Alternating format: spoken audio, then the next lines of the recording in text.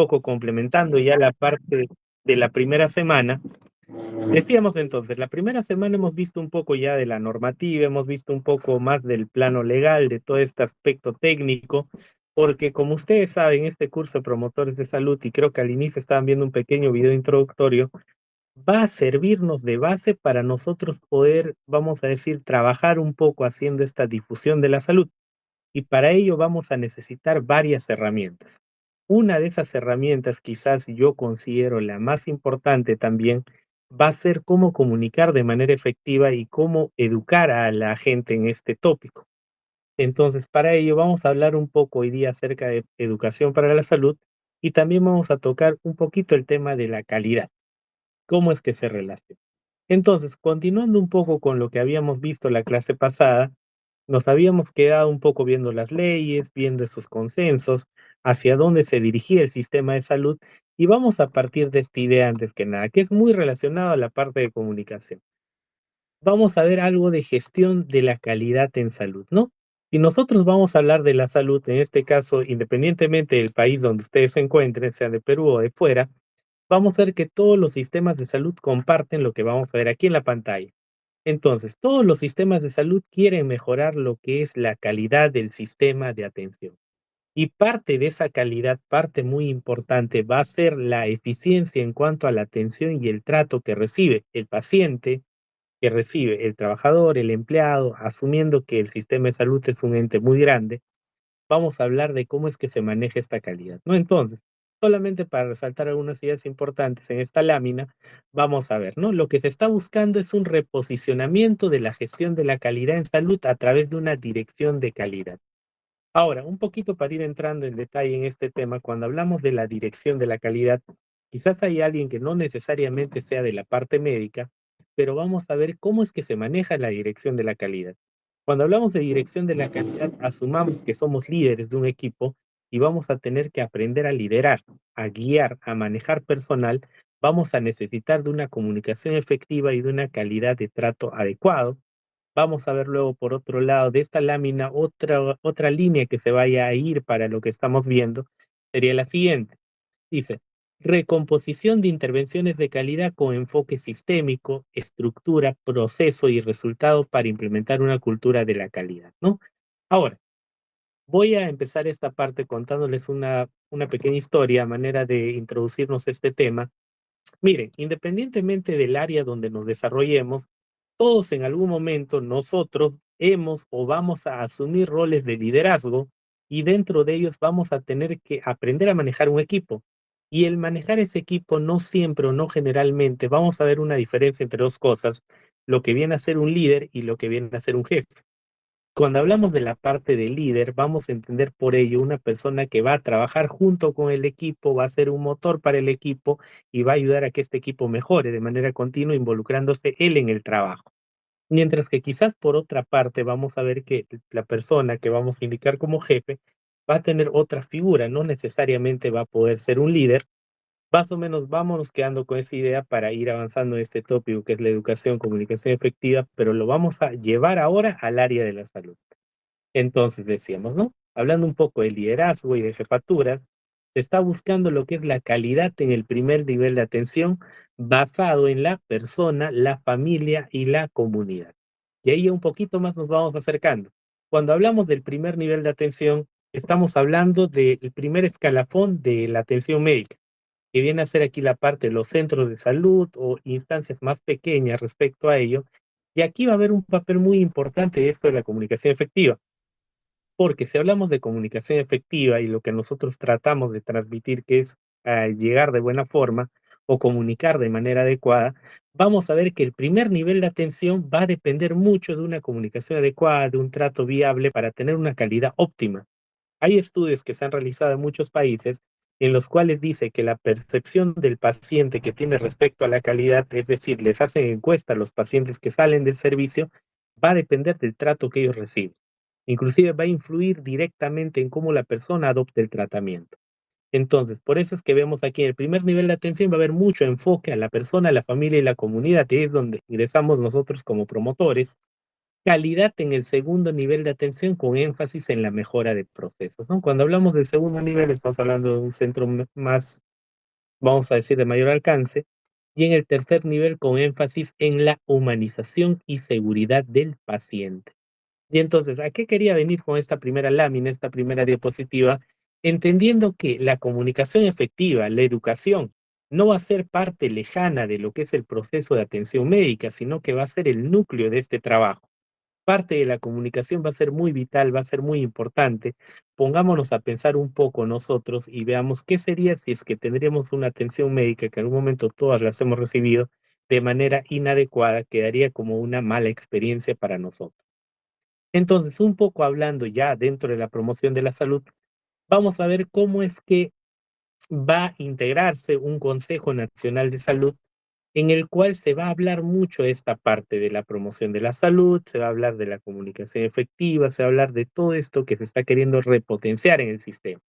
Entonces, hay algo que se conoce como Consejo Nacional de la Salud y ya desde hace mucho tiempo viene funcionando, que es, vamos a llamarle no un ente, pero vamos a decir que es una pequeña asociatividad de varias instancias en las cuales van a tener función sobre ello. Entonces, voy a acercarlo un poquito más, creo que no se ve bien, pero vamos a ver, y aquí vemos muchas entidades conocidas por nosotros seguro, la SUNEDU, salud, la sanidad de las Fuerzas Armadas, sanidad de la policía, servicios del sector privado, el INPE, las cárceles, por ejemplo, inclusive, trabajadores del sector salud, organizaciones sociales, etcétera, Federación de Estudiantes, médicas y no médicas, y todas estas entidades, todas estas asambleas están viendo que es necesario y es justo en este momento tratar de trabajar ciertos tópicos indistintamente del área en el que se desempeña.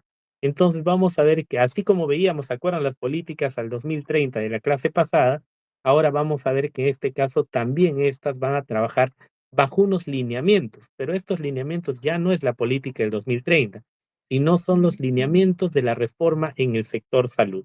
Y vemos aquí por el pequeño cuadro que está a la derecha, hay un pequeño manual, un instructivo que ha salido ya hace mucho tiempo, que no es nuevo, que data del año 2003 aproximadamente, que son los lineamientos y medidas del sector salud. Entonces, dentro de ello vamos a ver que, como íbamos en nuestra línea de tiempo mental imaginándonos, ha ido avanzando esto con el transcurso del tiempo, ha ido cambiando, y si antes no se trataba mucho la parte de la promoción de la salud con esto de los temas de los promotores, ahora se está involucrando cada día más.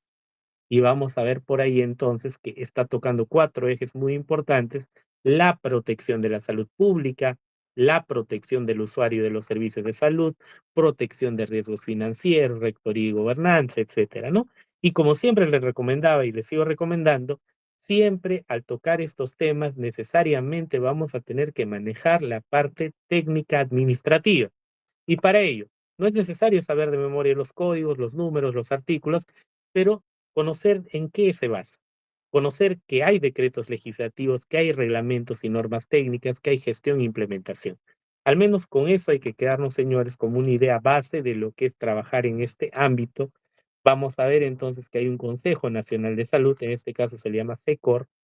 Luego vamos a ver por aquí y un poquito ya antes de adentrarnos a la parte de la comunicación efectiva, a manera de cerrar la clase pasada, vamos a ver que habíamos visto un montón de grupos, de consensos, de cumbres, vamos a llamarles semicongresos, donde se hablaba acerca de la salud.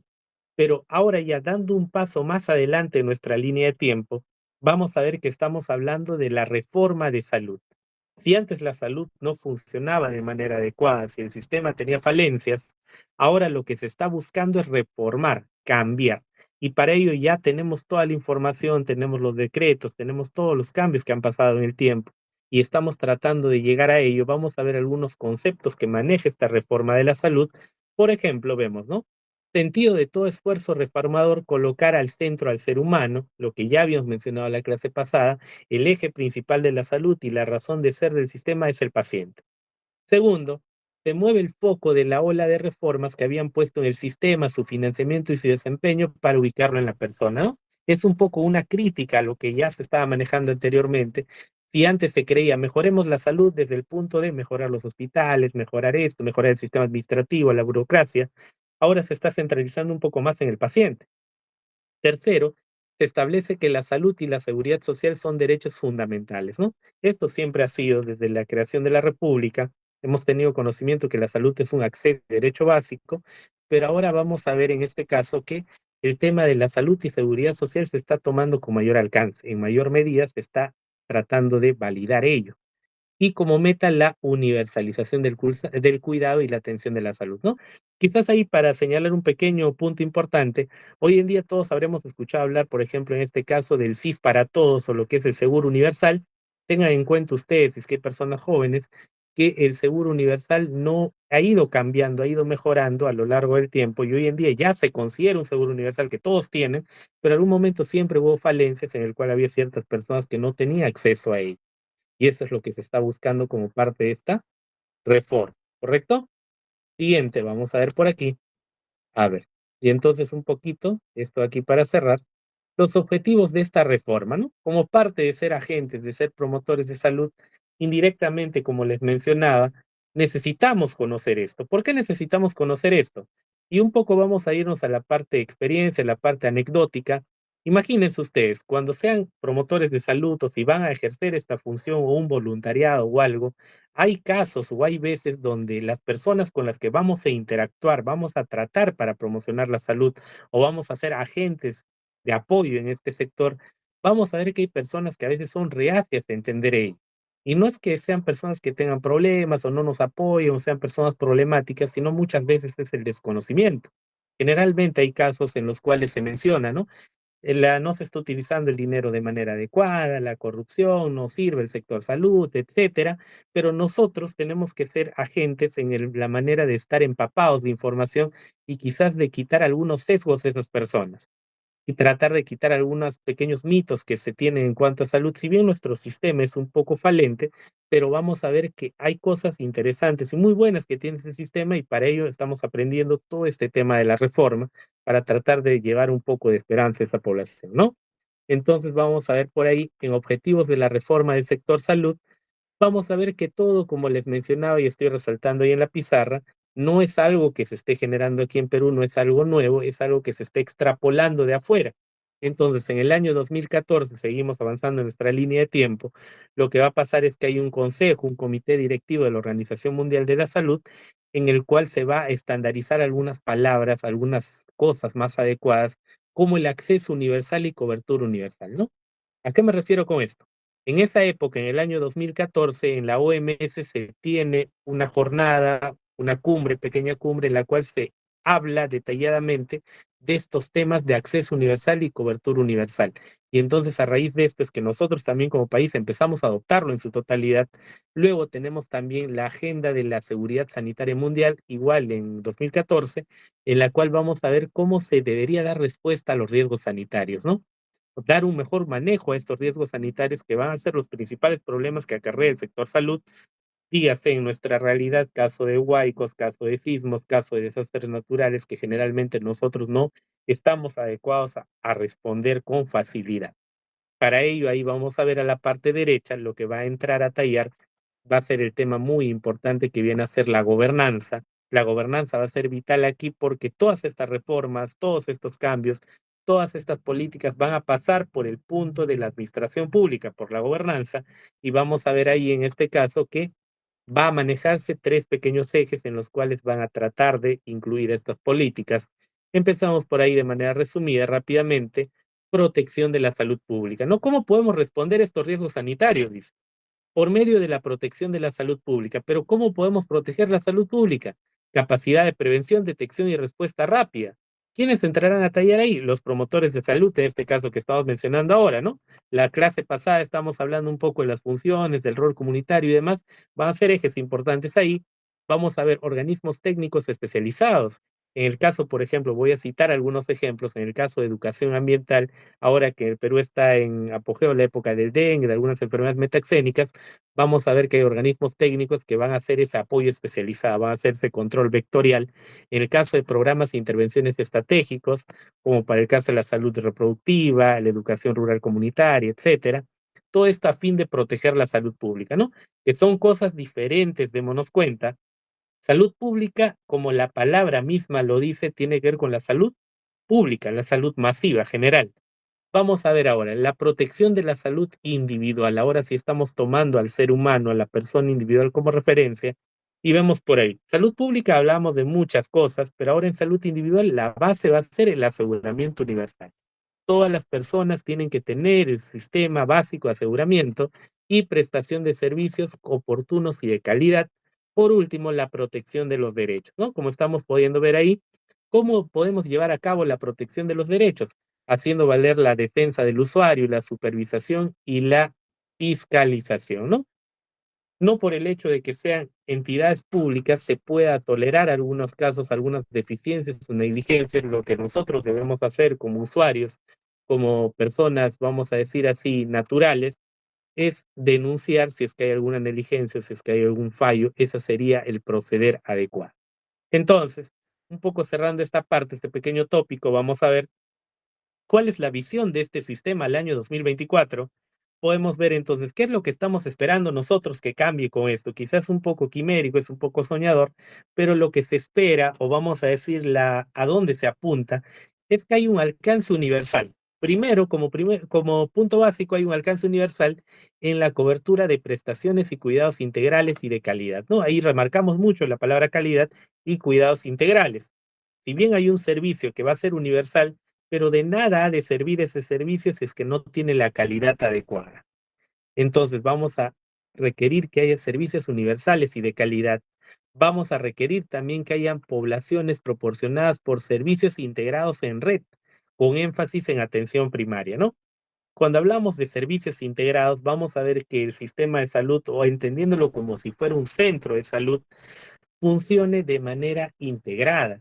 Y ahí vamos a hablar un poco de la parte burocrática, que muchas veces pasa que el sistema mismo no tiene el trabajo sinérgico adecuado y vamos a ver que no está integrado. Sacamos una cita, no hay los tiempos de respuesta adecuados, vamos a ver que hay reprogramaciones continuas, constantes y demás, que eso también tenemos que manejarlo. Luego vamos a ver la oferta pública complementada con la oferta privada, ¿no? Si alguien de aquí del campo administrativo ha de saber que la oferta privada siempre va a mejorar la calidad de la oferta pública. Mientras haya solamente oferta pública y se convierta en una especie de monopolio, vamos a ver que vamos a depender solamente de ello. Pero si tenemos un poco la parte de oferta privada, vamos a ver que va a estandarizar los precios, protección de los derechos, respuesta nacional, etcétera. Estamos yendo camino a una nueva gobernanza. Muy bien, entonces podemos hablar un poco y ahora sí ya entrar a este tema más específico que viene a ser la comunicación para la salud. Ahora, en esta parte de comunicación para la salud es un tema muy interesante, como les decía al inicio, es un tema muy atractivo, muy bueno. Miren, un poco hablando de la comunicación para la salud, vamos a hablar que comunicar o la parte de expresarse va a ser una necesidad básica del ser humano, pero vamos a ver que en este caso la comunicación para la salud como tal en el ámbito sanitario va a ser una cualidad de base del personal de salud, o en este caso los que quieran trabajar en esta área. Y vemos por aquí una pequeña definición del Instituto Nacional del Cáncer de Estados Unidos, dice. ¿Cómo que entendemos a la comunicación para la salud? Dice. El uso y el estudio de las estrategias de comunicación para informar e influir sobre decisiones individuales y colectivas que mejoren la salud. En ese pequeño concepto, ¿qué nos estamos dando cuenta? Todos sabemos, desde la educación básica, la educación escolar, que el proceso de comunicar es el proceso de transmitir información, de difundir. Por ejemplo, lo que yo estoy haciendo ahorita con ustedes es un modo de comunicación educativa, pero en este caso, si le enfocamos a la parte de salud, como dice, vamos a ver qué es la comunicación, que es el proceso de transmisión, pero con el fin de divulgar información sanitaria, con el fin de promover el acceso a la salud, conectar la comunicación con la parte puramente de salud. Y vamos a hablar que es una potente herramienta, nos dice, para facilitar y articular procesos de cambio comunitario. Como les mencionaba, y siempre les estoy mencionando acerca de estudios, vamos a ver que hay muchos estudios, muchos trabajos de investigación que nos hablan que la comunicación para la salud como eje de trabajo ha sido un agente de cambio para muchos países. Les cuento un poco a manera de resumen. Hay países, por ejemplo, vamos a decir, del África subsahariana, otros lugares por ahí que son países extremadamente pobres, en los cuales no tienen un sistema de salud adecuado, no tienen nada de calidad en salud, pero lo que tienen fuertemente o han logrado desarrollar algunas comunidades es una adecuada divulgación de la salud.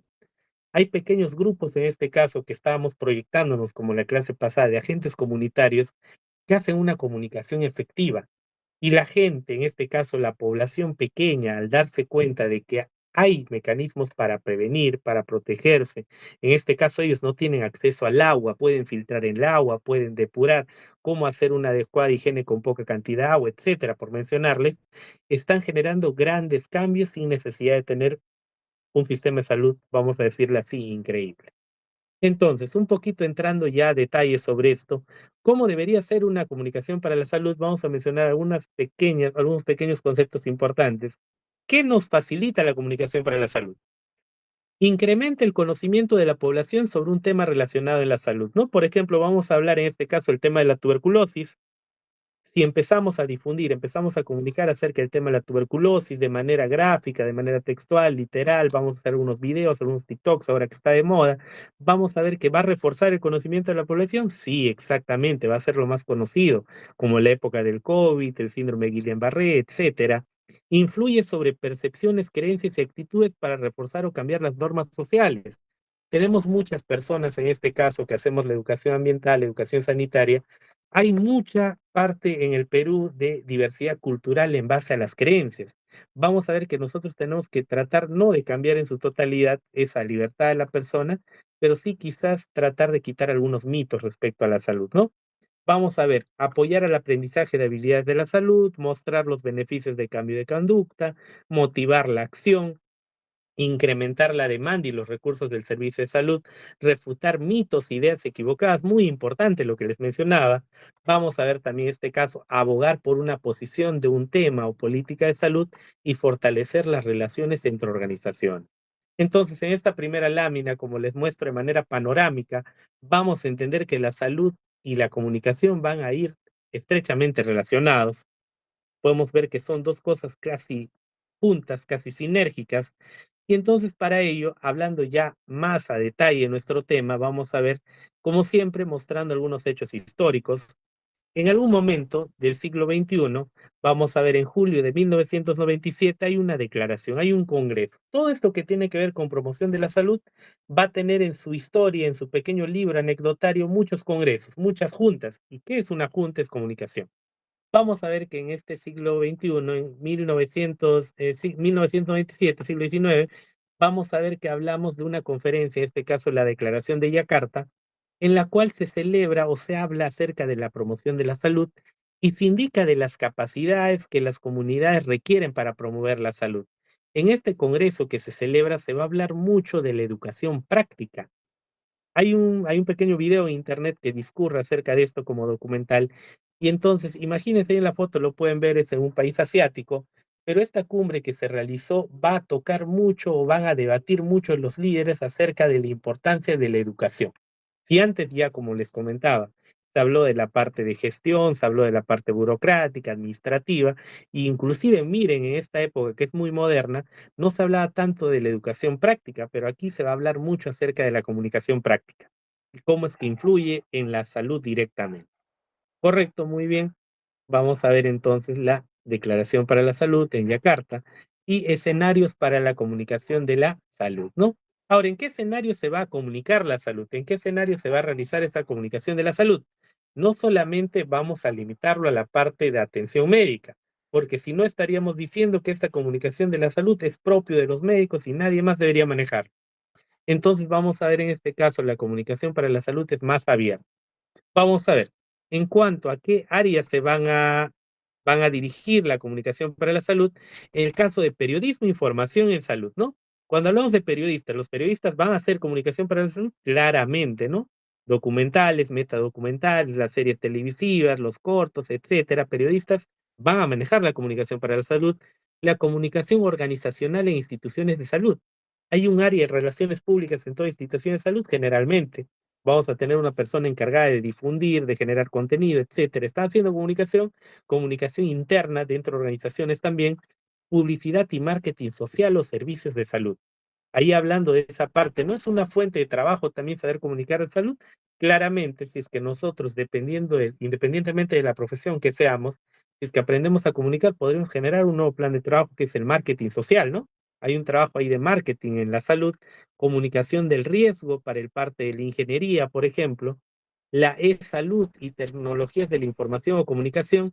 En este caso, ¿para qué estamos hablando? Ahora que vemos todo que está virtualizado, inteligencia artificial, etcétera, vamos a ver que la salud va a poder comunicarse de muchas maneras, desarrollo de aplicativos, etcétera, comunicación interpersonal médico-paciente, comunicación comunitaria, la comunicación pública, participación y movilización social. Entonces, señores, vamos a ver que la comunicación va a tener muchos escenarios. En este caso, la comunicación para la salud especialmente va a tener muchos escenarios en los cuales actuar. No solamente vamos a llevarlo a la parte médica directamente, como les decía, sino es más amplio. Veamos que hay mucha posibilidad, hay mucha oportunidad en este sector de desarrollo. Entonces, un poco para hablar acerca más de teoría de fondo, vamos a ver cómo es que se relaciona la educación y la comunicación. Vamos a hablar entonces en este caso, quiero empezar con una pequeña frase de un, de un estudioso del área comunicativa, de un investigador social, y dice lo siguiente: a cada tipo de educación corresponde una determinada concepción y una determinada práctica de la comunicación. Lo decía un estudioso social que es Kaplun y mencionaba, ¿no? Cada tipo de educación va a tener su propio sistema de comunicación y cada práctica va a tener su propio sistema de comunicación. ¿A qué se está refiriendo ello? Que cuando nosotros hablamos, la manera de comunicar, imagínense, mírenlo de esta forma. Independientemente, en caso de las carreras o distintas carreras profesionales, nosotros nos vamos a dar cuenta, por ejemplo, yo asumo que aquí quizás hayan profesionales que no sean del área sanitaria, ingenieros, administradores, médicos, etcétera. Vamos a ver que la comunicación, miren en nosotros mismos, la comunicación va a ser diferente. Yo he tenido oportunidad de hablar con muchos profesionales de diferentes carreras y he visto que, por ejemplo, los ingenieros tienen un modo de comunicar más práctico, más específico, y es por la misma formación que la ingeniería supone o predispone. No estoy diciendo que sea necesariamente así, pero vamos a ver que ellos tienen un estilo de comunicar más práctico, son más efectivos, son más eficientes por la formación, por el trabajo que desarrollan, etcétera. Vamos a ver que en esta parte, la parte médica, la parte asistencial, tienen un tipo de comunicación, como menciona Kaplun, tienen un tipo de comunicación en la cual está más centrada a la escucha activa, a escuchar, a tratar, a conciliar, a empatizar. Vamos a ver qué otro tipo de comunicación va a ser la de los abogados, la de los juristas, que manejan una comunicación más abierta, más explayada, más orientadora, los educadores igual, y muchas carreras de manera diferente. Entonces vamos a ver, no nos olvidemos de esta frase que va a ser muy importante: a cada tipo de educación le corresponde una determinada práctica de la comunicación. Entonces, muy interesante esa frase, mucho que aprender de ahí. Vamos a ver entonces sobre esta frase que nos menciona además ese estudioso. Vamos a ver que hay dos modelos de comunicación. Y esta parte es muy interesante, es muy atractiva. Dice lo siguiente: vamos a hablar de dos modelos, del modelo exógeno y del modelo endógeno. Decimos entonces, en el modelo exógeno, exo que significa fuera, vamos a decir la educación va a partir del objeto. En el modelo exógeno, la educación parte de un objeto. Entonces, la educación va a poner énfasis en los contenidos. Va a ser una educación más tradicional, profesor-alumno. Cuando hablamos de profesor-alumno directamente es un modelo exógeno. Vamos a ver, la educación pone énfasis en los modelos, dice moldear la conducta de las personas con objetivos previamente establecidos, ¿no? Un modelo exógeno se basa en objetivos, en el objeto. Va a ser la educación tradicional, comunico para que alguien aprenda y se influya bajo lo que yo estoy dictando. En este caso, cuando hablamos de modelo endógeno, es el educando, es el sujeto. Vamos a explicar a qué se refiere ello. La educación pone énfasis en el proceso, destaca la importancia del proceso de transformación de la persona y las comunidades. Hay una interacción entre las personas y su realidad, desarrollo de sus capacidades intelectuales y de su conciencia social. Entonces, un poco para entender esta parte, vamos a ver que estos dos modelos de comunicación manejan dos cosas distintas. Y aquí hay que darnos cuenta de un detalle importante, señores. Cuando nosotros aprendemos, vamos a mencionar lo siguiente: hay dos modos de aprender. Hoy en día se habla mucho de esto en la parte de neurociencias y decimos que las personas pueden aprender de dos modos. La educación clásica, tradicional, siempre ha existido. Si nos vamos a la parte histórica, desde la parte del Renacimiento, más atrás, Francia, más atrás inclusive, vamos a ver que la educación era siempre alumno, profesor, dictado de clases o la cátedra y el aprendizaje. pero luego con la llegada del nuevo siglo vamos a ver la modernidad, nuevos pensamientos filosóficos.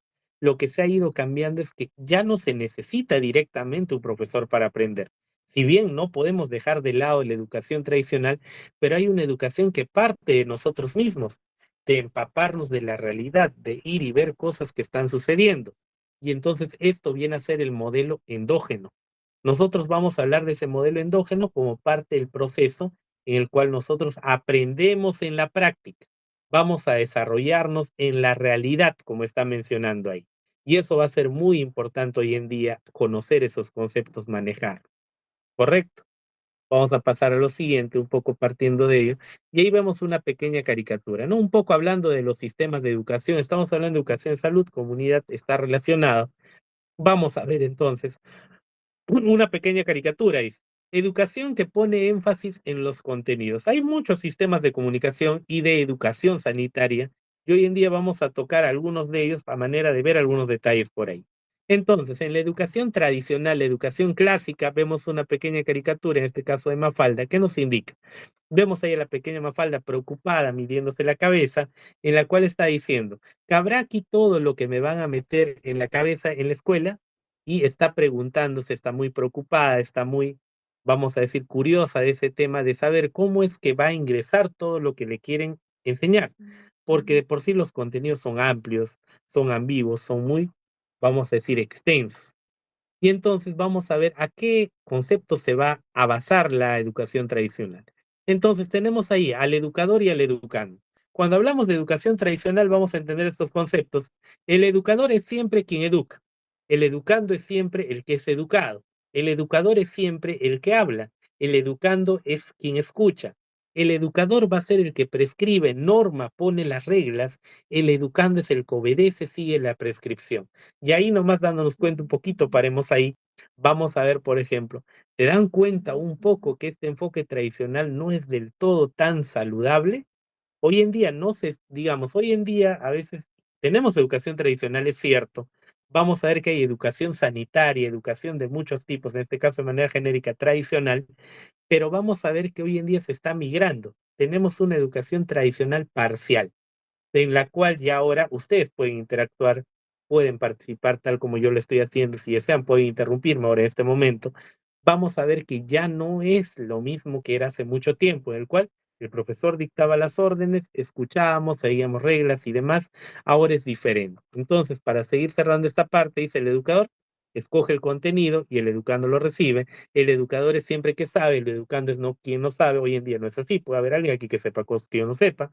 Vamos a ver, el sujeto es el proceso y es el objeto del proceso. Poco para ver cómo se maneja la educación tradicional y vamos a ver un pequeño modelo entonces dentro de esta parte de la educación. Vamos a hablar un poquito acerca de los modelos de manera resumida. Vamos a ver acerca del modelo transmisionista. Ese modelo transmisionista, ¿de qué nos está hablando? Nos está mencionando como la palabra, la etimología lo dice transmisionista, nos habla de transmitir. Y esto es lo que pasa generalmente en cualquier proceso comunicativo, en cualquier proceso de educación. Vamos a ver que el comunicador y un receptor es lo básico, emite, recibe, el que habla, escucha, escoge el contenido y el contenido lo va a recibir y el que siempre va a saber y el que siempre no va a saber. Estamos en una posición un poco incómoda en ese sentido en el modelo transmisionista, pero vamos a ver ustedes piensen, ahí mentalmente vayan pensando, ese modelo transmisionista es muy clásico, ¿no? Parece un poco básico, un poco vago, es un poco duro, rígido, es muy antiguo, arcaico, pero vamos a ver por aquí, hoy en día vamos a ver que ese modelito ya no es el que se utiliza, es otro. Y vamos a ver un modelo muy interesante. Entonces, hoy en día, desde la época de los 60, como vemos ahí, ha cambiado un poco esto. Nos hemos dado cuenta con el paso del crecimiento del ser humano, de la humanidad, los avances tecnológicos y demás, que no es tan útil. Esta comunicación tradicional, esta educación tradicional no es útil, porque va a haber cosas que no nos van a permitir desarrollarnos un poco más. Entonces, como vemos ahí en esa pequeña caricatura, igual que les he puesto al costado, dice, el comunicador es una especie de arquitecto de la conducta humana. Y esto es muy cierto, es muy real, yo les aseguro que esto es totalmente cierto. Una persona que tiene muy buena capacidad de comunicar, en este caso estamos hablando de una clase de comunicación efectiva, una persona que tiene potencial de comunicar va a tener potencial de ser arquitecto de muchas otras personas. de manera positiva o negativa, en este caso de manera positiva como educador, como docente, como formador, como padre de familia, como un apoyo, y vamos a ver que de manera negativa también el caso de algunos, por ejemplo, personas que lo utilizan para política o cosas no tan eficientes hoy en día. Correcto, vamos a hablar un poco acerca de ello, un tema muy interesante. En la década del 60 se habla o se le conoce como la década del desarrollo o la del desarrollismo. Vamos a ver entonces que en esa época hablamos, y vamos a hablar un poquito de la parte histórica, un dato bien interesante como cultura general, la educación y la comunicación debían servir para persuadir a los campesinos atrasados a abandonar sus métodos agrícolas primitivos y adoptar rápidamente las nuevas técnicas. Miren, en esta época, qué interesante, qué curioso, y esto pasó en todo el mundo y pasó aquí mucho en nuestro Perú, que en esta época, en la época de los 60, empezó el boom de la comunicación, empezó el boom de la educación. Había muchos investigadores en países norteamericanos, en países de afuera, europeos, que hablaban de esta parte de la comunicación. En ese tiempo se encontró, vamos a decir, esa pequeña piedra filosofal y se empezó a ver que la comunicación es un arma muy potente. Y entonces se dieron cuenta que la comunicación podría generar muchas cosas, desde parar una guerra hasta persuadir, hasta lograr grandes hazañas a partir de hablar, y entonces empezaron a aplicarlo para cosas prácticas. En este tiempo, entonces, vamos a imaginarnos aquí, como nos dice el técnico, como nos dice el texto, disculpen, hablamos entonces que los campesinos en esa época no querían abandonar sus métodos agrícolas primitivos. La gente de campo no quería dejar de trabajar como estaba acostumbrada a trabajar, porque era parte cultural, era parte formativa, era parte que ellos tenían que eso debería funcionar siempre así, porque era una cultura de padres a hijos. Pero entonces empezó la educación y la comunicación como un método, vamos a decir, de persuasión, un método de convencer a la gente de que cambie esa manera de pensar, para tratar de adoptar nuevos sistemas. No sé si alguien de ustedes se acuerda de manera anecdótica, antes, hace en los años 2000 tantos por ahí, los que son de Perú, se levantaban a las 5 de la mañana y ponían la televisión y había un programa que se llamaba Aro Rural. Y era muy curioso, era un poco chistoso porque en el programa de televisión era un programa de una hora y media, en la cual salían y había muchas propagandas, era una hora de programa televisivo en las cuales salían los tractores, salían granjeros, salían campesinos, decían los beneficios de esto, por qué debo cultivar, muchos casos de éxito. Y quizás no era dirigido para nosotros, pero imagínense la gente de campo, que en ese tiempo había gente que miraba esos programas, se quedaban absortas y era una manera de comunicar, de persuadir. Y poco a poco eso fue talando en la gente, fue generando un pequeño cambio, una pequeña duda entre si deberíamos cambiar o corregir una pequeña parte de educación por ese lado, ¿no? Entonces, dice, el conductismo asigna el hábito en un papel, dice, el conductismo asigna al hábito un papel central en la educación. ¿Qué vamos a hablar cuando decimos que es el hábito? Es una conducta automática, mecánica, no reflexiva, no consciente y por tanto debe ser condicionada, reforzada, ¿no? Vamos a ver entonces que el hábito va a ser algo que nosotros vamos a ir generando, vamos a ir desarrollando por inercia, va a ser más que nada una costumbre. Entonces vamos a ver. El hábito, dice, educar no es razonar, sino generar hábitos, ¿no? Entonces, en esta época, cuando hablamos de esta educación, que no es la adecuada tampoco, pero esta educación no estaba indicada totalmente a razonar, sino quería generar hábitos, quería persuadir, quería generar unos cambios a partir de educación. Vamos a ver luego un poquito más adelante. Luego ya se empieza a hablar del modelo conductista o persuasivo, que es lo que estábamos mencionando un poquito ahí. Vamos a ver algunas ideas importantes. En este modelo conductista, ¿qué nos indica? Para este modelo, comunicar es imponer conductas, lograr acatamiento. En tal contexto, la retroalimentación es solo la comprobación o confirmación del efecto previsto. Ahora, esa palabrita que estamos viendo ahí en la figura, que vemos como feedback, feedback en inglés significa retroalimentación. Cuando hablamos del feedback, vamos a ver que feedback es, en biología, por ejemplo, estoy llevando al campo sanitario, feedback es dar una señal y recibir el output, input y output. Recibir lo que nos da de vuelta la señal. Damos un impulso, un comentario, recibimos algo, lo analizamos y ese es el feedback. Entonces vamos a ver el modelo conductista o persuasivo, lo que está buscando es, no está logrando tampoco comunicar de manera adecuada, sino, como dice la palabrita ahí, persuasivo. Está tratando de generar feedbacks, de generar señales, de ver, yo te puedo imponer algo, te puedo persuadir, pero en este caso lo que ellos están esperando es que haya una señal de vuelta. ¿Es útil? ¿Funcionó mi modelo o no funcionó? Entonces, como vemos, en tal contexto, la retroalimentación es tan solo la comprobación o confirmación del efecto previsto, es decir, la reacción del sujeto ante la propuesta o intento de comunicación, lo que hablamos de las reacciones. Ella puede ser positiva si el individuo acata o puede ser negativa si es que la rechaza. Vamos a ver también este último caso, le va a servir como medio de verificación, ¿no? Entonces es un tipo de comunicación, vamos a decirle por ahí un poco con truco, que va a tratar de generar algunos cambios por ahí, pero de naturaleza más persuasiva, tampoco es óptimo. Y entonces vamos avanzando un poquito más en otros modelos. Vamos a mencionar lo siguiente, nos dice, educación que pone énfasis en el proceso.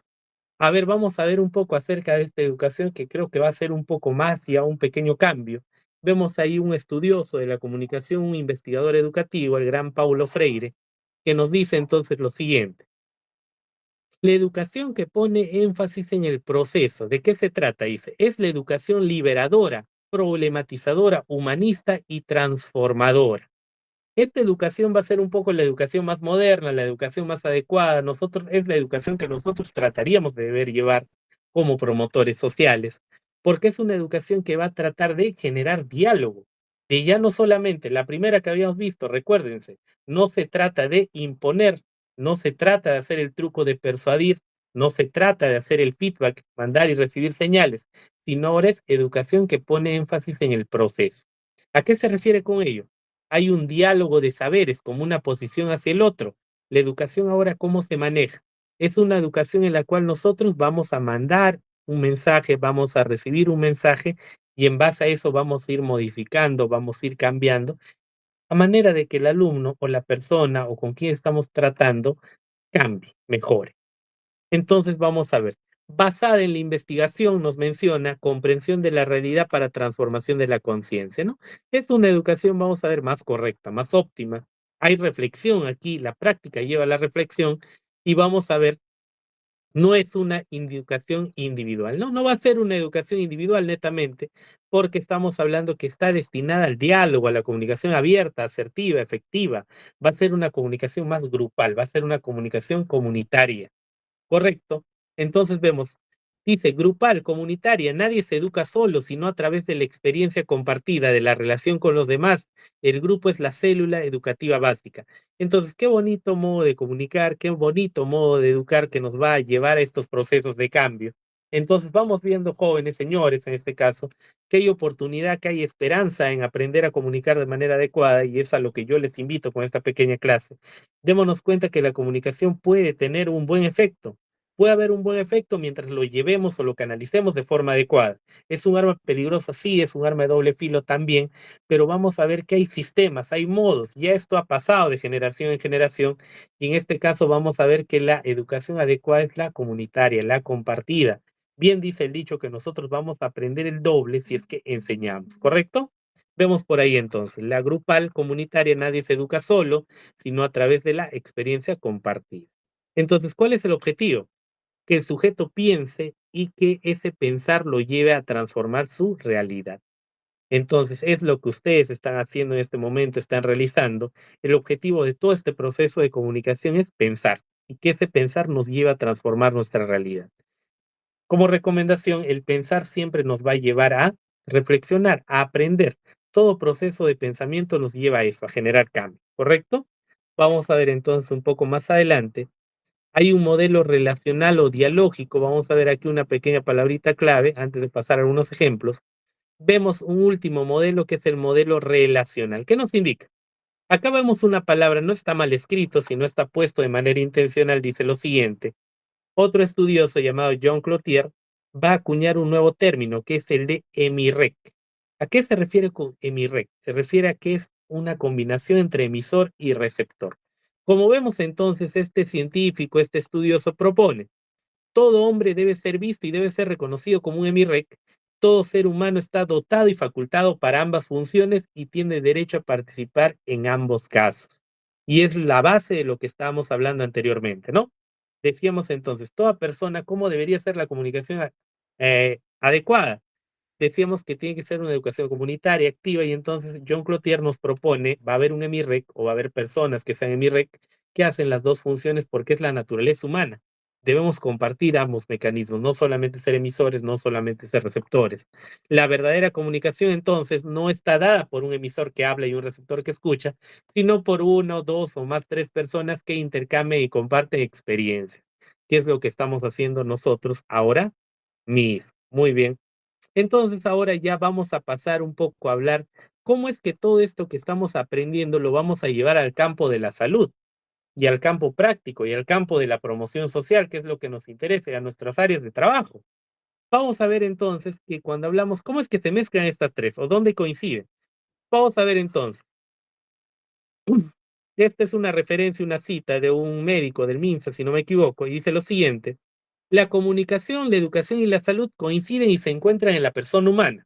La comunicación favorece el desarrollo de comportamientos y estilo de vida saludables a través de medios de comunicación. Muy bien, entonces vamos a ver.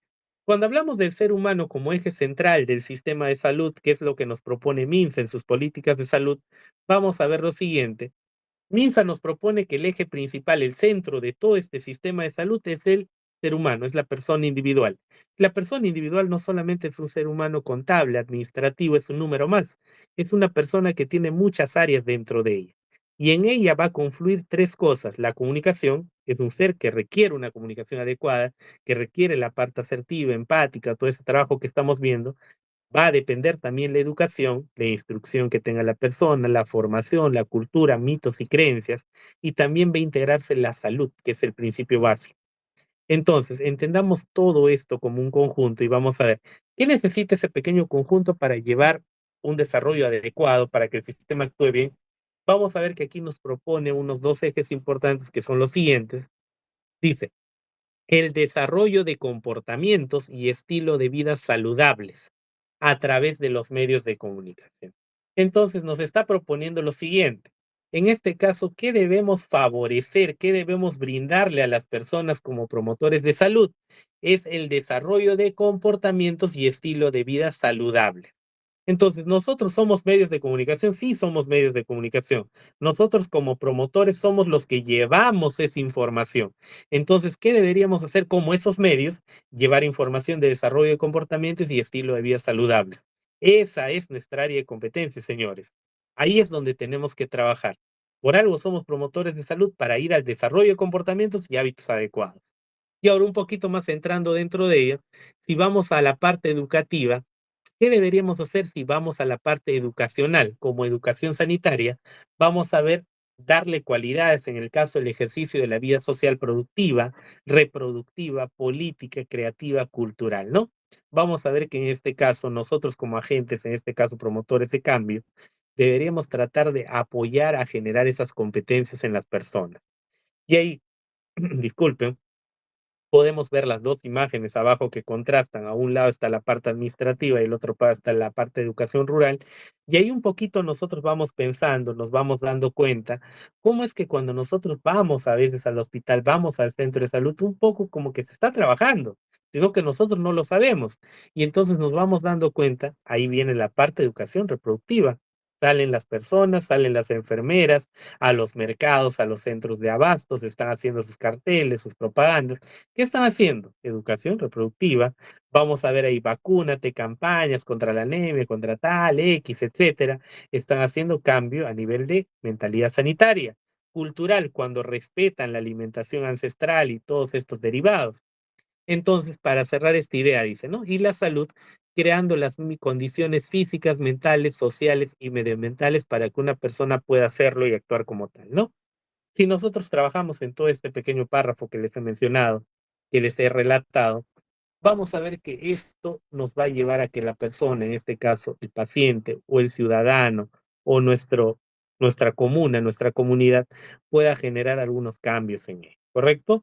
Si nosotros tratamos de trabajar en ello, vamos a ver que ahí se van a generar esos pequeños cambios que luego van a ser cambios más grandes. Muy bien. Pasamos entonces a esta parte de comunicación para el cambio social, entrando a la parte de la salud. ¿La comunicación va a generar un cambio social? Claro que sí. va a ser una herramienta para un cambio muy importante a nivel social y nos indica lo siguiente: desde este enfoque se va a enfatizar la necesidad de propiciar mayores espacios de participación, de empoderamiento, de toma de decisiones por parte de los grupos o comunidades. Ahora un poquito pongámonos a pensar. ¿Sería útil que nosotros hagamos comunicación solamente, vayamos, pongamos nuestro afiche, tal, lo dejamos, o hago un post de Facebook y lo dejo por ahí, o por ejemplo hago un TikTok y listo, ya cumplí con mi parte de comunicación? No, señor, esa parte no va a ser tan útil. Si ustedes quieren hacer un verdadero cambio, hay que generar espacios para comunicación de cambio social. ¿A qué nos referimos con esto? Un espacio de comunicación para el cambio social puede ser de diferentes maneras. Por ejemplo, este espacio que estamos desarrollando aquí virtual por medio de esta entidad que nos está permitiendo dar el curso, es un espacio para comunicación social, cambio de comunicación social, disculpe, porque está generando un pequeño debate, no ahorita porque no estamos hablando, pero esta conversación que estamos teniendo va a llevar a que ustedes se vayan con una idea, luego lo compartan, lo diseminen y quizás por ahí alguna reunión, algún lugar va a salir un comentario. Y ya está generando un pequeño cambio, porque si hablamos de social, es el intercambio de información entre persona a persona. Entonces, ¿cuándo va a ser útil? Cuando nosotros integremos espacios útiles. Pueden ser virtuales o pueden ser presenciales, pero tenemos que propiciar mayores espacios de participación. No solamente hacerlo a pequeña escala, sino siempre volar a hacerlo a gran escala. Ese sería el objetivo mayormente adecuado para este caso. Vamos a ver entonces la siguiente parte. Un poquito acá, un tema muy importante para hacer mención a algo. Ahora, esto de la comunicación para el cambio social, como siempre citando, es algo que viene de afuera, es algo de lo cual nos referenciamos. Generalmente esa es la idea, señores. Todo lo que uno aprende, lo que uno puede absorber o revisar, inclusive esa parte de comunicación, son tópicos que ya han sido desarrollados en otros lugares, que nosotros tratamos de adecuarlo y copiar algunas cosas, innovar algo. Vamos a ver, la comunicación para el cambio social viene o tiene un poco de bases de trabajo en Estados Unidos, también en Norteamérica. Habrán escuchado quizás por ahí algo acerca de la Fundación Rockefeller, que es una fundación que se encarga de generar algunos movimientos políticos, algún apoyo en Estados Unidos, tiene algunas cosas buenas y malas, pero es una organización que apoya esta parte de la salud pública y dice lo siguiente: ¿qué es la comunicación para el cambio social según la Fundación Rockefeller? Nos dice lo siguiente: es el proceso de diálogo público y privado y público a través del cual la gente decide quiénes son, qué quieren ser y cómo pueden obtenerlo.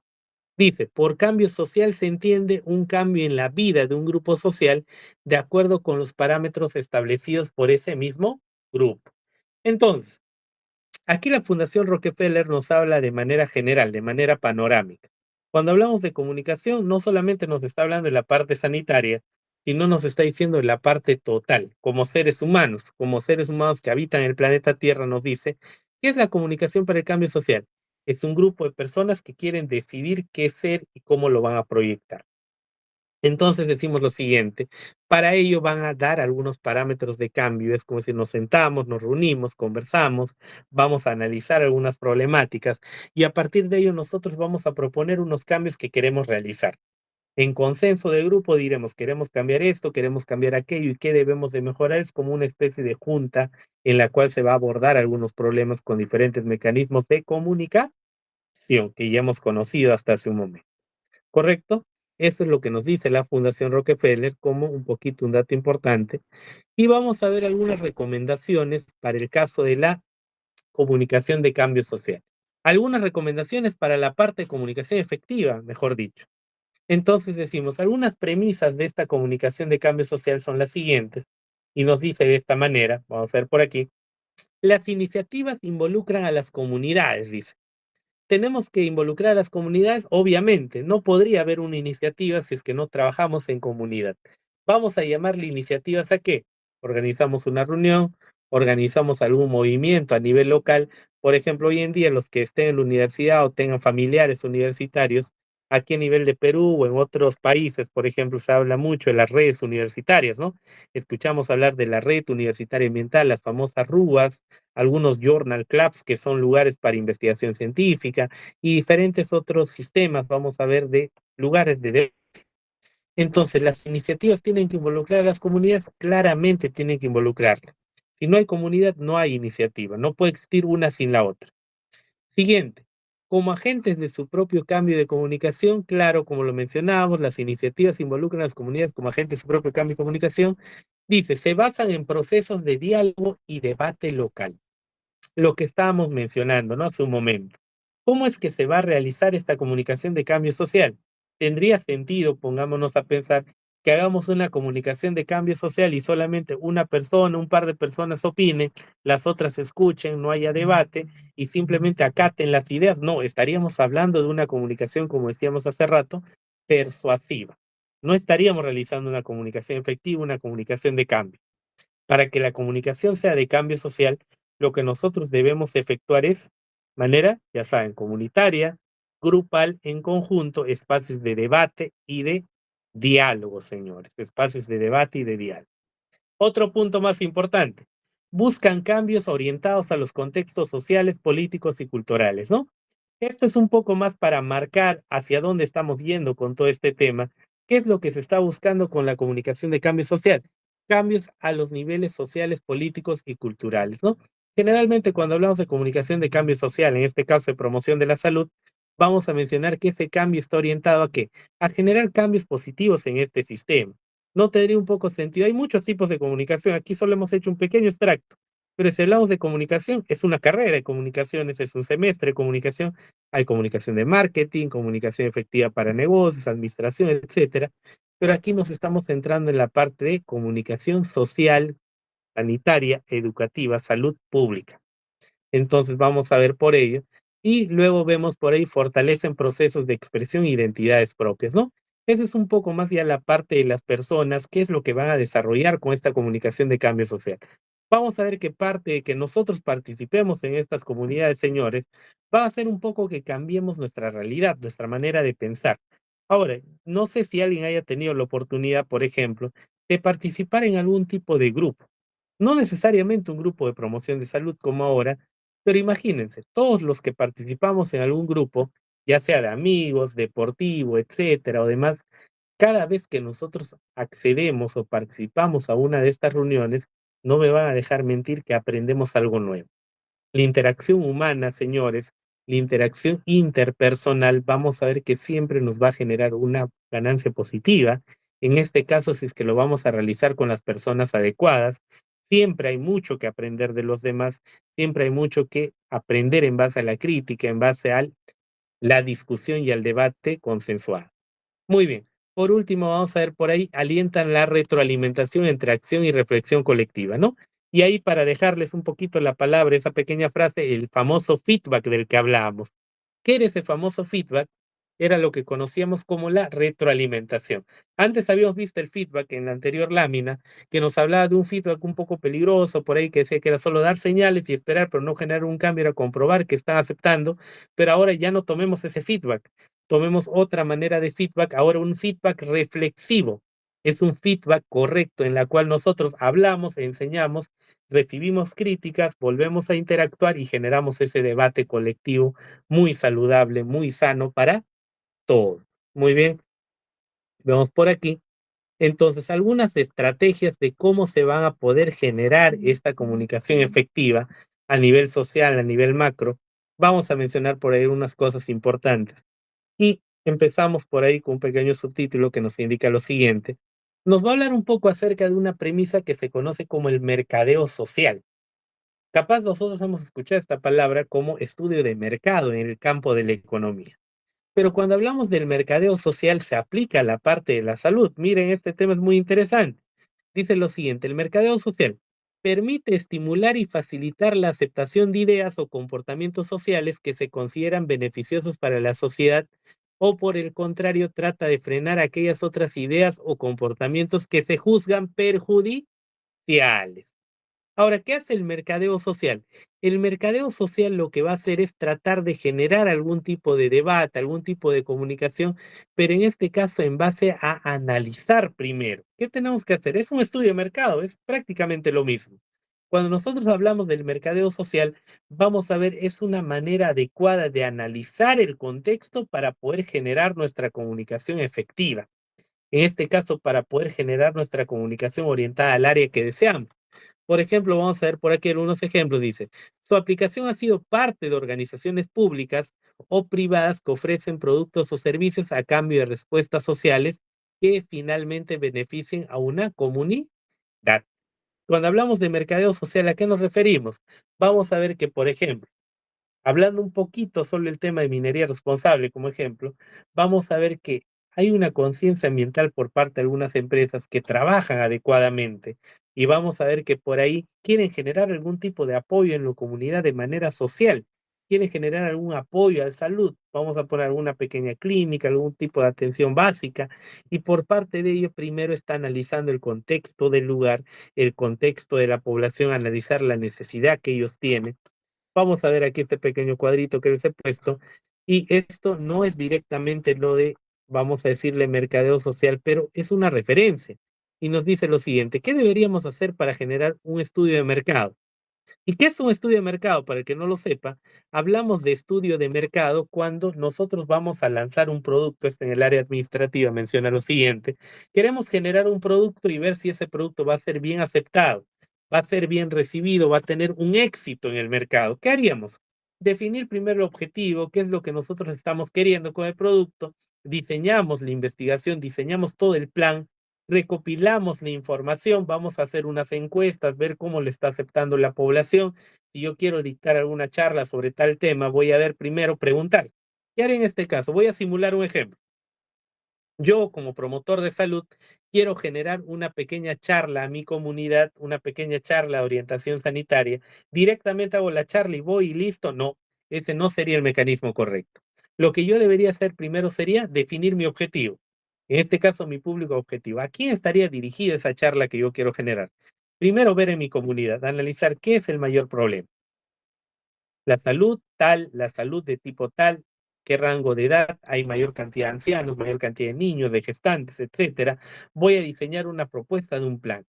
Voy a ver, probablemente quiero dictar una charla sobre enfermedades transmisibles, enfermedades de transmisión sexual. Ahora, ¿por qué estoy indicando esto? Porque veo que hay mayor cantidad de población joven. Voy a recopilar la información. ¿Cómo lo recopilo? Haré un pequeño grupo de WhatsApp por ahí, mandaré algunos mensajes, voy a hacer algún cuestionario de Google Forms y a partir de ello voy a preguntar qué temas les parece curioso, qué desconocen. Voy a analizar luego todos esos datos que estoy recibiendo. Voy a ver si de verdad funciona. Entonces, si funciona, diré, sí, sí funciona. Hay mucha cantidad de jóvenes en mi comunidad y mi población, sí van a recibir muy bien la charla y les está interesando. Entonces, luego yo creo un plan de acción finalmente. Entonces, más o menos bajo esa idea, vamos a tratar de manejarlo como si fuera un estudio de mercado, nos indica, ¿no? Entonces, vamos a generar un pequeño estudio de mercado a nivel personal para poder generar estas charlas, estos pequeños apoyos. Entonces, vamos a ver por aquí algunos casos muy interesantes. Este caso me parece muy interesante, muy curioso. Vamos a salir un poco de la parte sanitaria para poner un ejemplo bien interesante.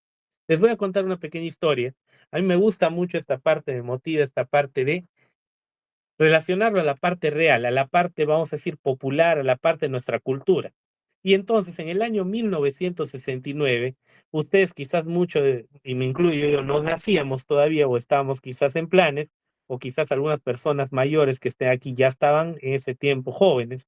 Vamos a ver que en el año 1969 se lanza en el Perú, en la televisión nacional, una serie, una pequeña novela que se llamaba simplemente María. ¿Y esta serie de qué trataba? Era una serie que trataba un poco acerca de la realidad social, etcétera, como cualquier telenovela, y dentro de ella había una protagonista, en este caso María, como dice la serie, que tenía, o vamos a decir, tenía como labor o tenía como función ser costurera. Un caso muy interesante que hoy en día no lo veríamos, por ejemplo. En este caso, la protagonista era una costurera y hablaba mucho de costura, hablaba acerca de modas y etcétera. Vamos a ver esa parte. Lo promovía a todo este trabajo de costura como algo muy noble, algo muy interesante, como algo muy de moda. Y entonces generó un cambio. Vamos a ver que no es el ejemplo de comunicación, es un ejemplo de comunicación efectiva en un ámbito general, pero vamos a ver cómo hace ese pequeño cambio. Entonces, como les decía, María, la protagonista de esta serie, era una costurera, era una persona muy a la moda, muy con algunas tendencias. Quizás las personas en ese tiempo se identificaron con el personaje. ¿Y qué ocasionó esto? Este estudio, esta pequeña serie, ha sido objeto de un estudio de casos en las universidades, lo enseñan en la materia de sociología, de educación audiovisual. ¿Qué hice? ¿Qué generó esto a nivel de comunicación efectiva? Aumento en matrícula de clases de costura en Perú y otros países de Latinoamérica. Qué increíble, ¿no? Ustedes se pueden dar cuenta. A través de una serie, miren cómo en esa época, estamos hablando de comunicación, miren ustedes en esa época, en 1969, cómo era nuestra sociedad, cómo era nuestro, vamos a decir, nuestra cultura, que era muy fácil influenciar a nivel de comunicación. No quiero decir que hoy en día ya hayamos evolucionado en totalidad y no nos influya, pero nos vamos a dar cuenta que en esa época era mucho más fácil la llegada a través de una comunicación efectiva. Si la comunicación era efectiva, atractiva, puede generar cambios. Y decimos ahí, primer ejemplo, aumento en matrícula de clases de costura en Perú y otros países de Latinoamérica. Luego, Singer reportó récord de ventas y ganancias en ese año. ¿Quién es Singer? Singer es la famosa marca de máquinas de coser, que seguro todas las que tenga una persona mayor en casa van a tener alguna máquina de esas. Aumento de matrículas para educación en adultos, ¿correcto? Aumento en matrículas para educación en adultos. Luego tenemos cambio de actitudes hacia las trabajadoras domésticas, y ahora, en ese año, 1969, ¿y a raíz de qué viene ese cambio de actitudes hacia las trabajadoras domésticas? En esa serie, como les venía comentando, en la serie de María, veíamos que era una protagonista, era una trabajadora, en este caso doméstica, que tenía muchas habilidades para la costura, y a través de ello va a generar un desarrollo de personaje en el cual la protagonista, en este caso María, va a conseguir algún tipo de crecimiento, vamos a ver a lo largo de la serie, y en este caso cambia las actitudes hacia las trabajadoras domésticas y aumento de la migración rural urbana, ¿no? Del campo a la ciudad. Entonces nos vamos a dar cuenta a través de este pequeño caso de comunicación efectiva que cómo es que algo tan simple como un producto audiovisual va a generar un gran cambio en la sociedad. Imagínense eso. Imagínense todas estas cosas que son increíbles, son insólitas. Hasta un cambio de actitudes hacia las trabajadoras domésticas. Y solamente con una serie están haciendo un gran cambio sobre la concepción que se tiene. Ahora, veamos este ejemplo por aquí, y hay otros ejemplos en salud que les he puesto que son muy interesantes, pero démonos cuenta que es factible cambiar la mentalidad de la gente, es muy factible. Solamente lo que hace falta es una comunicación efectiva, es una manera muy adecuada de llegar y quizás una forma de comunicar muy agradable y muy, vamos a decir así, didáctica. Entonces, ese pequeño ejemplo. Hay otro ejemplo por aquí, vamos a ver algunas otras estrategias de comunicación efectiva nos hablan también de lo que es la propuesta de la abogacía en medios, de la media advocacy. Nos dice lo siguiente entonces. Estamos viendo por la parte derecha una imagen acerca de lo que conocemos y quizás con mucha lástima llamaremos en nuestro país la minería informal, ¿correcto? Entonces, hoy en día en nuestro país vamos a ver que hay un tema muy frecuente, muy importante, muy preocupante, que es el de la minería informal, minería ilegal, que muchos años, muchos meses que se lleva llevando a cabo está destruyendo parte de nuestro ecosistema. Vamos a ver qué nos habla esta abogacía de medios. La abogacía de medios nos dice, al igual que la comunicación efectiva, ojo, no entendamos solo la comunicación de uno a uno, dijimos, es comunitaria, es grupal. Y la comunicación no solamente es física, puede ser virtual, puede ser por aquí, por este medio, TikToks, plataformas, educación en videos, YouTube, etcétera, etcétera. Vamos a ver, la Media Advocacy nos dice lo siguiente. Tenemos un problema en este caso, que es la minería informal. ¿Cómo podríamos tratar de, vamos a decir, abordarlo por medio de la promoción de educación sanitaria? ¿Cómo podríamos hacer? No vamos a ir y, por ejemplo, hacer un problema ahí. No vamos a, por ejemplo, tampoco hacer pintas, hacer marchas, no sería lo adecuado. ¿Cuál sería lo adecuado? Estratégicamente, vamos a tratar de buscar un mecanismo de generar conciencia. Entonces nos dice, la abogacía en medios, como su nombre nos dice, es utilizar los medios para abogar. Es un término que estipula la Organización Panamericana de la Salud en 2005 y dice, utilicemos a los medios para generar debate, para generar abogacía. Entonces nos dice, ¿por qué no le damos ese giro? Aprovechemos que ahora los medios son de mucha llegada, no solamente tenemos internet, no solamente tenemos a redes sociales, tenemos YouTube, tenemos radio, podcast, etcétera, y la gente utiliza mucho estos medios. Entonces, hagamos de estos medios una herramienta para abogar, para generar conciencia, no para imponer, sino para que las mismas personas generen su propio criterio de decisión. Entonces, parte de la abogacía en medios nos dice lo siguiente: busca defender, promover o recomendar una propuesta hasta una persona o grupo de personas que tienen la posibilidad de impulsar o tomar decisiones ante la idea, producto o servicio que estamos promocionando. Las acciones de abogacía están dirigidas a disminuir resistencias en temas que son motivo de conflicto y polarización, como les decía. Entonces, la abogacía de medios, ¿qué está haciendo? Que se genere algún tipo de debate, en este caso en los medios, para que la propia gente genere conciencia. Mejor dicho, generemos un poco de duda en la gente, generemos un poco de preocupación para que la gente misma tome conciencia y se den cuenta cuál es lo correcto, se pongan del lado bueno que del lado malo. Y en base a esto, por ejemplo, en Perú, por eso les ponía la pequeña foto, ha sido un caso de éxito muy rotundo el hecho de difundir. Si ustedes no saben, por ejemplo, les voy a dar el alcance, el hecho de que en el sector público, en el sector televisivo, cada domingo veamos acerca de la minería informal, del caso de la salud, del caso de los sistemas, se le agradece, es parte al sistema, vamos a decir, de comunicación, pero ahí por detrás también está la abogacía de medios. Hay mucha influencia del sector político que a veces hace presión y genera que el sistema, el cuarto poder que llamamos el periodismo, haga abogacía de medios, les exigen que hagan abogacía de medios porque va a ser la parte de, tú tienes alcance, empieza a difundir esto para que la gente haga conciencia. Muy bien. Entonces, como finalidad, mencionamos finalmente, es estimular el debate y promover la cobertura responsable en temas relacionados con las cuestiones de desarrollo. Como les decía finalmente, de esta manera generar la suficiente presión pública que conduzca a la toma de decisiones o adopción de posturas políticas. Eso es lo que conocemos como abogacía de medios. Y entonces vamos a ver por ahí algunas experiencias de abogacía de medios que nos dice lo siguiente. Vamos a hablar un poco acerca de ello para ir cerrando. Decimos entonces, en la experiencia, la abogacía de medios viene desde hace mucho tiempo. Vamos a ver ahí si es que se puede ver o pueden darse cuenta en el video. Miren, la Organización Mundial de la Salud en el año 2016, hace aproximadamente 9 años, miren esta antigüedad, 9 años aproximadamente, estaba generando unos pequeños contenidos, ¿correcto? Entonces generaba unos pequeños contenidos a nivel de YouTube y acerca de temas muy importantes.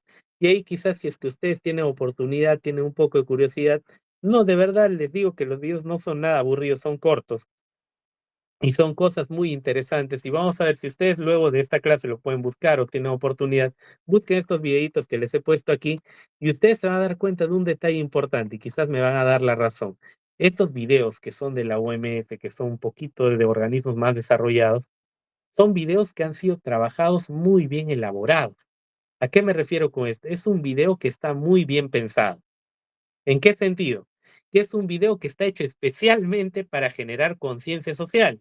Es decir, ustedes van a ver ese video del camino a casa, Brad Life de la OMS, y van a ver que es un video que ha sido guionizado por psicólogos, por, vamos a decir así, personas especialistas en comunicación, a tal nivel que es un video en el cual tú lo vas a ver y, como les digo, señores, se les va a generar un pequeño nudo en la garganta de la incomodidad que vamos a ver que genera ver una realidad social que a veces no estamos observando. Entonces, por eso les decía, estos videos son un poco fuertes en ese sentido y van a generar un pequeño cambio en la sociedad y entonces como experiencia por eso les contaba, ¿no? Les decía, vamos a ver que la parte de la abogacía de medios, en este caso, aquí lo están haciendo a través de esta plataforma, que es YouTube, pero en otras plataformas se puede hacer, en la televisión también, en TikTok, en Instagram, en todas las redes sociales que yo sé que ustedes manejan muy bien. Entonces, por ahí también acerca de la calidad del aire, van a haber muchos tipos de experiencias a nivel de la abogacía de medios, que es un tema muy interesante, muy de actualidad. Los invitaría a que lo revisen un poco más. Muy bien, vamos a ver otras experiencias más. Y entonces vemos ahí. Aparte de la abogacía de medios, vamos a decir, no todo tiene que ser también la parte, vamos a decir, dura, un poco más psicológica, un poco más emocional. Por ese lado no se debería abordar todo, también sería un poco, vamos a decir así, duro, pero vamos a ver que hay algunas otras estrategias también. Y entonces vemos por la parte de la derecha, los que sean de Perú, conocerán al famoso Gonzalo Torres, que tuvo un programa cómico también en su principio de comicidad, muy famoso.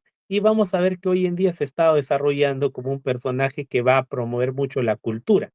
Tiene un programa cultural muy interesante, o tenía un programa que se llamaba La Vuelta de la Esquina, vamos a ver lo siguiente, que es un ejemplo muy claro de lo que conocemos como edu-entretenimiento o edu-entertainment, ¿no? Vamos a ver que es un tipo también de comunicación efectiva en el cual se está combinando el entretenimiento con la educación de manera integrada. Es decir, nosotros podemos hacer esto también como parte de comunicación, como promotores de salud también, ¿no? Entonces estamos viendo varias herramientas, señor. La abogacía de medios como promotor de salud va a ser muy valioso.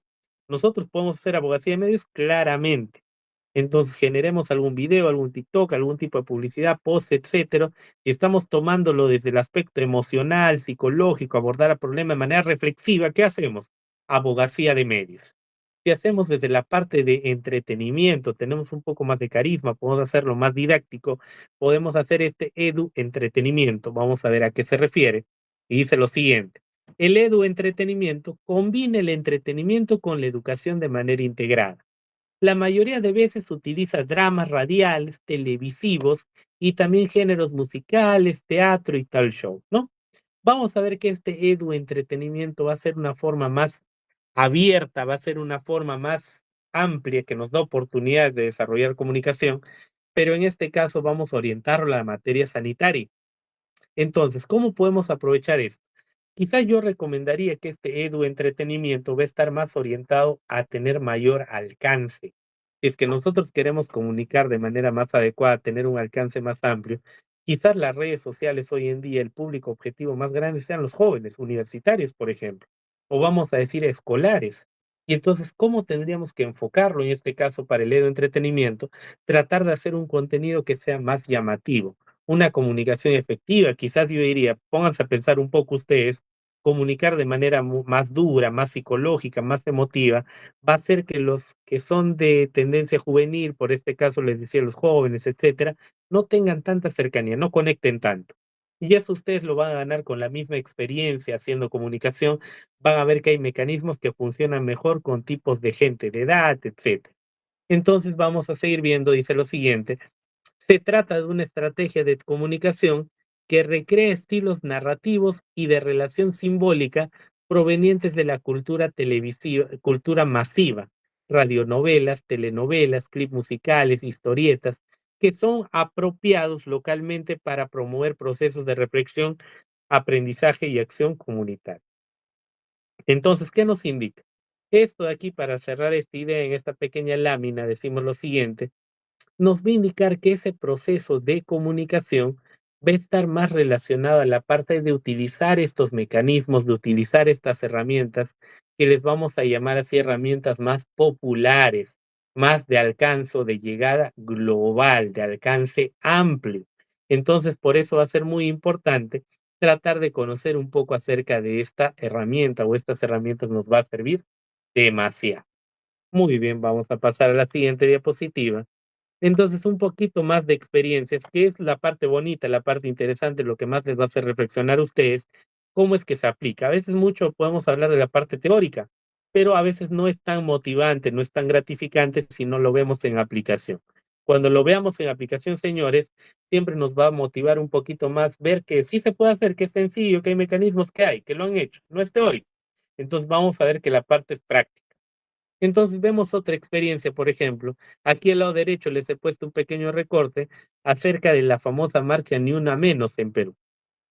Y ahora ustedes piensen y díganme, ¿qué sería eso de la de Ni Una Menos? ¿Sería un tipo de abogacía de medios? ¿Sería entre edu entretenimiento? ¿Sería comunicación efectiva simple? Eso va a ser un ejemplo de abogacía de medios, ¿correcto? Ni una menos, la marcha, este caso es abogacía de medios, y vamos a ver por abajo, no sé si se ve bien, pero esta marcha, esta famosa marcha que tuvo mucho pegue en su momento, fue rebotado por un portal de noticias llamado Euronews. Los que puedan ver noticias o todavía tengan la oportunidad de darse el tiempito de ver ello, vamos a ver que este portal de noticias Euronews es un portal internacional. Es algo como la CNN que había en su momento, que va a tratar de compartir estos contenidos interesantes, contenidos, vamos a decir así, preocupantes a nivel de Latinoamérica, con todo el resto del planeta. Entonces vamos a ver aquí que esta marcha llamada Ni Una Menos ha tenido un alcance muy increíble, ha tenido un alcance muy grande, y es un ejemplo más de abogacía de medios que nos lleva a participar, a sumarnos, a pensar un poco más de ello. Y ahora vamos a ver, Y es que no tenemos la oportunidad, por ejemplo, por la izquierda, no tenemos la oportunidad de hacer abogacía de medios. No podemos hacer entretenimiento, es muy amplio. Yo como persona natural tengo capacidades que estoy desarrollando recién, estoy en el camino. ¿Cómo debería empaparme o direccionarme un poco más, tratar de dar mi primer paso en la comunicación efectiva? Lo que podría hacer es empezar trabajando en mi comunidad. Eso es lo que se le recomienda y es lo que se forma en primera base a todos los agentes comunitarios, a todos los promotores de salud. A todos los promotores de salud, a todos los agentes comunitarios, los llevamos a esta parte, señores, que es la base de empezar a formar pequeños aprendizajes a nivel de su comunidad. Y ustedes van a ver que si lo realizan, si ustedes tienen la seguridad, tienen la confianza de hacerlo, que es de a poco, señores, van a ver que es muy placentero realizar unos pequeños cambios, unos pequeños avances. Uno se siente gratificado con esto. Podemos ver aquí en la imagen de la izquierda un grupo de 3 agentes comunitarios que están haciendo un pequeño diagnóstico rápido. Y vamos a decirles como una pequeña escuela que ellos están generando, es sus primeros pininos de formación en los cuales están empezando a ver los problemas de su pequeña comunidad. Quizás miren, ahí hay 3 personas nada más. Quizás ahí detrás no se está viendo el foco de la cámara, pero solo hayan 5, 7, 8 personas que estén escuchando. Y vamos a ver que no es necesario tener un gran alcance, no es necesario una gran llegada. A veces ese primer paso se va a dar con pocas personas, señores. Vamos a ver que el primer paso se va a dar en un pequeño grupo y muy reducido grupo, el cual nos va a dar las herramientas necesarias para poder avanzar de manera adecuada, para poder un poco implementar más allá. Entonces, quedémonos con esta idea, por favor, de que vamos a tener algunas experiencias de este modo, por favor. Y por aquí vamos a terminando con esta parte. ¿Qué es lo que deberíamos identificar a manera de conclusiones ya finales un poco? ¿Qué es lo que deberíamos identificar para ello? ¿Qué es lo que deberíamos ver para tratar de generar este pequeño cambio en comunicación efectiva? Vamos a poner algunos puntos claves. ¿Qué vamos a identificar como puntos claves? Dice, identifiquemos los actores de educación y comunicación para la salud que existen actualmente en nuestra comunidad, en nuestra comuna. ¿Qué debemos identificar? Primero, hacer un análisis de lo que tenemos a la mano. En la comunidad donde nosotros participamos, ¿qué actores de educación y comunicación hay? Ya deben haber probablemente, ya hay personas que se dedican a esta parte. ¿Cómo lo están haciendo? Diagnostiquemos un poco. ¿Queremos involucrarnos? Vayamos, preguntemos, consultemos, veamos qué oportunidades hay. A veces tocar una puerta o tratar de participar, no vamos a perder nada si es que nos dicen que no, pero probablemente no lo van a hacer porque estos campos como la educación sanitaria es muy abierta, se requieren manos aquí, señores, se requieren personas que quieran trabajar. Vamos al segundo punto, lugares físicos de educación y comunicación para la salud que actualmente existen en la comuna, ¿no? Un poco más de lo que hablábamos en el primer punto. ¿A qué nos referimos con este segundo punto? Lugares físicos. Nos referimos a tratar de ir empapándonos más. Ahora, ¿dónde se realizan estas cosas? ¿Dónde se realizan estos eventos? En nuestra localidad hay, en todas las ciudades, en todos los distritos, hay un lugar donde se realiza, uno o varios lugares. Generalmente, ¿cuáles van a ser esos lugares donde está esta educación sanitaria, esta promoción de salud? Van a ser en los centros de salud, ¿correcto? En los centros de salud y hospitales de todos los lugares de nuestro país vamos a encontrar un área determinada encargada en la promoción de la salud o la educación propiamente dicha. Entonces, vamos a ver, primero, identifiquemos los actores. Segundo, identifiquemos los lugares físicos. Tercero, vamos a ver, identifiquemos qué más, los procesos formativos, acciones, eventos o fechas especiales relacionadas con educación y comunicación que existen en la comuna. Un poco más ya acerca de ello, también de la misma forma, si ya sabemos quiénes son, sabemos los lugares, por ende vamos a conocer en qué fecha se realizan estos eventos. Es un poco como nuestra hoja de ruta que nos está dando nuestro inicio para ir viendo cómo debemos manejarnos en este campo. Ya conocemos el lugar, las personas, ahora aprendamos, veamos cuándo son los eventos importantes para ir y participar, para ir y mantenernos ahí voluntarios, expectantes. Luego, cómo se da estas relaciones entre los actores, instituciones, universidades, empresas relacionadas con la educación y medios de comunicación que actualmente existen en la comuna, ¿no? Si tenemos un poco más de visión, queremos ir poco más allá, vamos a darnos cuenta que esta parte de la comunicación efectiva no solamente es sentarse, dar una charla o pararse y hacer un pequeño simposio, etcétera, o hablar en la comuna. Los que ya quieren ir un poco más allá o cómo se desarrolla un poco más allá a fondo, va a ser en base a conexiones, cambios. Somos parte de la comuna, es un agente social, es un promotor. Tenemos que tratar de generar vínculos, no solamente el hospital, no solamente el centro de salud, no solamente la comuna, sino con instituciones, con universidades, con las empresas relacionadas a la educación y relacionadas a la salud. Si hacemos estas sinergias, estos grandes grupos, vamos a generar un cambio más acelerado, más rápido. Y por último, vemos por ahí medios de comunicación de la comuna, ¿no? Identificar la parte ya ahora de dónde se va a difundir esto. No solamente la parte ella de comunicación, sino vamos a ver que cómo es que se realiza esta comunicación, dónde serán los lugares apropiados y en toda comunidad vamos a encontrar escritos, radiales, canales comunicativos, plataformas, medios de comunicación, etcétera. Entonces, señores, terminamos con esta parte de aquí y les voy a dejar con una frase final.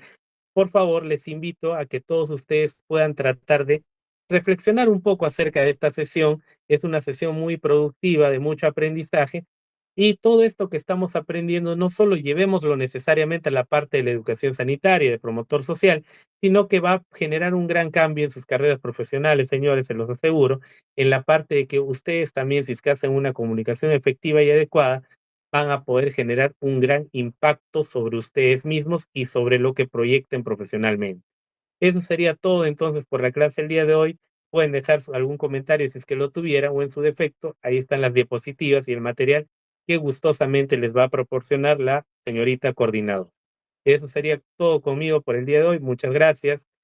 Eso sería todo. Gracias. Voy a dejar de compartir, por favor.